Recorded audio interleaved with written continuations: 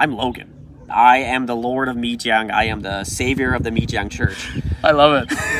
I love it. The last time we got together before the light lockdown that hit Taiwan, we were in Hualien experiencing the life. That was, the fishing for crabs. Remember pulling the crabs out? So good. 我们来抓螃蟹吧. The bait for the crabs is placed a meter into the sand, and with the use of a little net trap, the crabs are scooped from the bait into our hands. 2至3至4 Oh my gosh! Crab catching. Here we go. I got 2! Yes! 你看这个2个.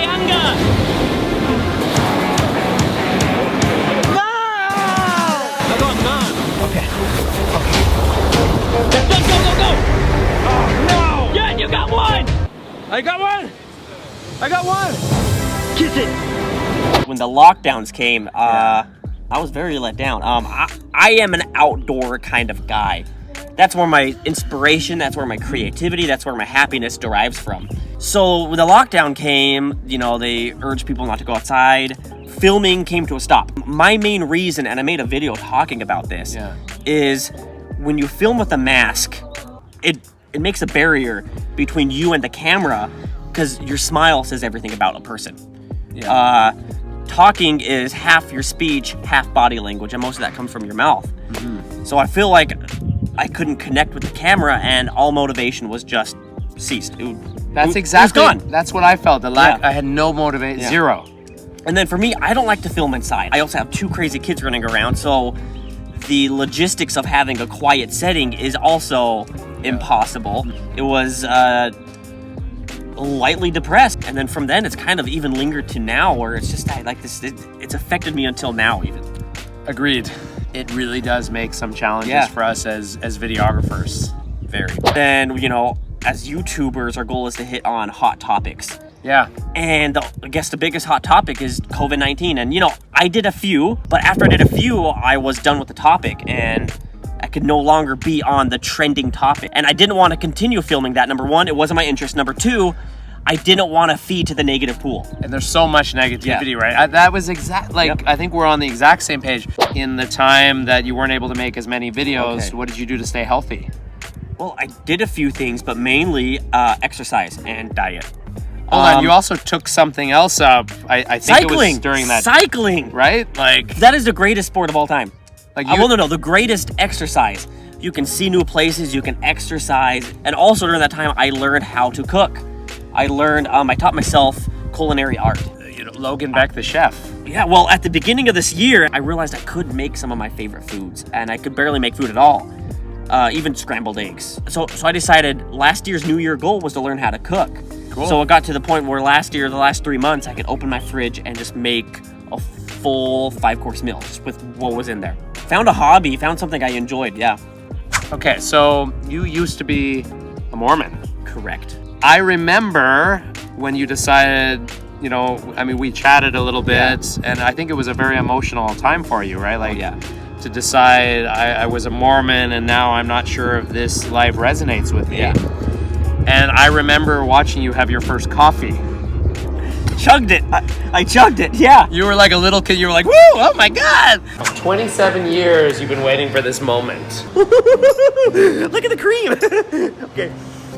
It's very warming. It's like loving. It's comforting. Okay. Hey, can I tell you something? As a fellow Italian coffee drinker, Yes. you're supposed to slowly enjoying it. Really? Yeah, it's not a Mijiang. I chugged it. In Mormonism, you're not allowed to drink coffee. Yeah. What's your take on coffee now? Oh, coffee's great. Number 1, I was never allowed to drink coffee. That's a big no-no in the Mormon church. Yeah. And after that change, I could drink coffee. So therefore, I'd stop energy drinks. And those are just bad for you, full of sugars. I stopped other drinks. Because I had coffee, I found a new love for bitter. Yes. The nice roasted taste, which led me to rather have a coffee than a whole bunch of sweets. Mm-hmm. And that's what helped me lose a lot of weight, was actually switching to coffee, which is actually, when you drink it in a moderate way. Moderate is key. it's actually really healthy for your body, moderately speaking. Moderately, that is. With your metabolism. I agree with you about metabolism though, because I went about 100, and I don't know if it was 160 or 180 days without any caffeine. I gained weight during that time, big time. I went back to it and I started dropping the weight and going back to the size that I want to be again. And I think the caffeine, it speeds up your metabolism. I agree. Is there anything else that you would want to share, having been a Mormon to who you are now, like anything profound that you would want to share that's inspiring to people? Yeah, I will make a disclaimer. No matter how I say it, it will be offending, because I'd rather speak open about it. But the truth is, I guess, have you seen the movie Bubble Boy? Yes. And he's stuck with in a bubble. Jake Gyllenhaal, right? Yeah, and he's stuck in a bubble his whole life, and then he finds out he's not sick to anything. He can explore, he can live. And it was like that. So I grew up in a very orthodox Mormon religion. I don't try to blame my parents. I don't blame my society, because they all grew up in that. It was part of the system. They're all good people. They're all good people, but it's a system that was broken. The first part was very hard. It was very sad. It was had to erase my whole identity.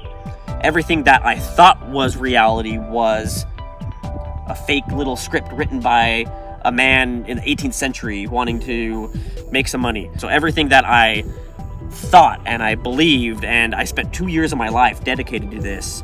So I've had to completely just erase who I am and then rebuild it. It was about in March or so of that year when I started to realize, is this really what they claim to be, the one and only God's true church? And it kind of helped me realize, okay, I should look at it from a different perspective rather than I was always told you have to look at it this way. Yeah. And that's when I realized things don't add up.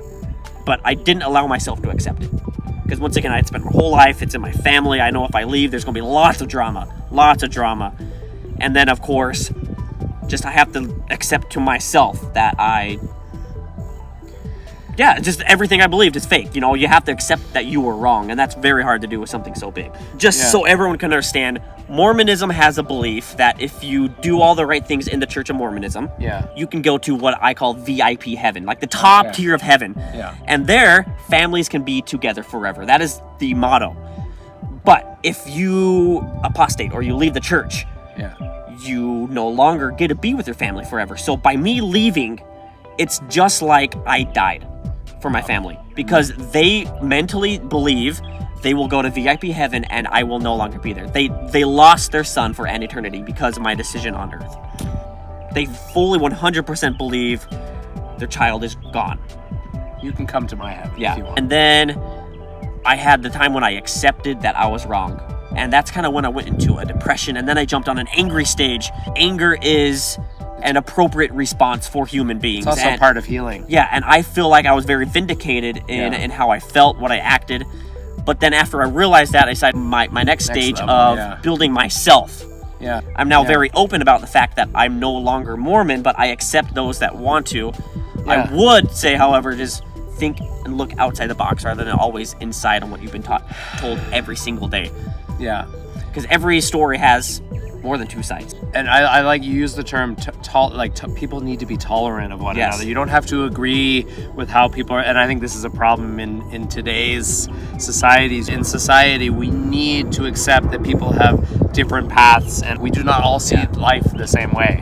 I'll address this because we were in the car talking about it. Talking about the human needs. What do we need most? And there's a thing called Maslow's hierarchy of human needs. The number one thing humans need the most is self-identity actualization. But I think if you realize that some people maybe need that religion to help them achieve that. But it also comes with a price. I think for a lot of people, not having the religion might make them crazy. Speaking from my own experience, I'm not a religious person, and I've had that self-realization in my existence. And when you don't have a label for whatever that is, it can be a scary place sometimes. Well, because you don't know who you are. Yeah, but I think it's actually beautiful to not know who you are, and that's my perspective of it. Because not knowing who you are means you know who you're not. Yeah, the layers of programming that happen. It's deep. It's deep. Coming out of this now, you must feel a relief to be able to say, this is what I am not. But what are you? I'm Logan. Like that Logan. Is it. I am the Lord of Mijiang. I am the savior of the Mijiang Church. I love it. I love it. Yeah, I mean, my biggest thing is I don't like the idea of living in a belief system that has fear surrounding it. Yeah. And I feel like if what you believe is coming from here, not from the crazy monkey brain up here, then I think this is the right place. I think up here is where all the confusion and insanity comes from, right here. Which is why I love these Taiwanese cultures. Yes. Mazu, when you go to a Mazu thing, it's go to Mazu, be good to other people. I never felt so much love, man. Like when you took me to that Mazu, like I literally, do you remember I went under Mazu and it was just kind of a blessing, and I literally had tears in my eyes. Like I remember feeling this love, but the love I was feeling was that collective love that everyone there was feeling. Yes.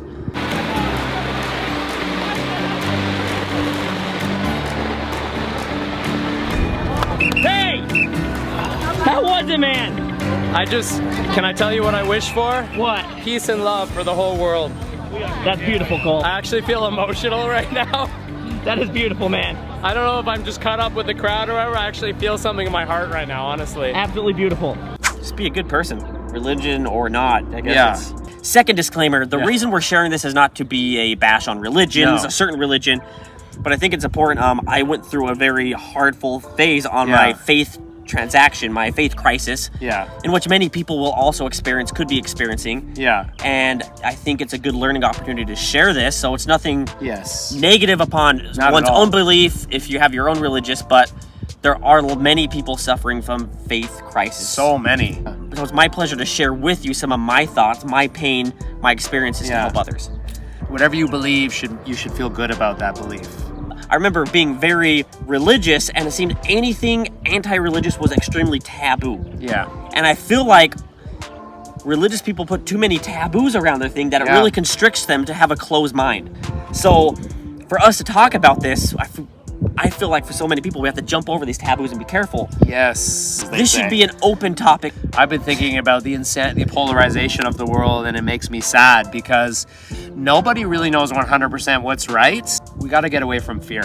I think that's the main thing. All fear does is create more fear, and love creates more love. So, more love. All you need is love. I feel like you're just like me, where we've disregarded taboos. I'm just tired of it. I don't like I can't worry all the time about what every single person's gonna think, because then I would just keep my mouth shut all the time. You know, and it's even hard to keep track of what's okay and not okay to talk about in 2022. Do you have anything that currently inspires you, or that you would like to share to inspire? Like, is there anything that comes to mind? I used to have a very negative aspect on selfishness. But there is a level of selfishness that I think everyone should have. Do things for yourself that makes you happy. And just as long as it doesn't affect anyone negatively. Don't hurt other people. Yes. But definitely take care of yourself, and don't worry about being selfish once in a while for your own health, mental or physical. So be in the moment, positivity, find true joy from yourself, not from an organization, not from something else. Leave a comment. Would you like to see Logan and I start a podcast together? That would be we have talked about that before. Many times. With that said, I hope you have a wonderful morning, afternoon, or evening, wherever you are. Thank you for watching A Healthy Balance, and 喝一杯，快乐一杯，米江万岁。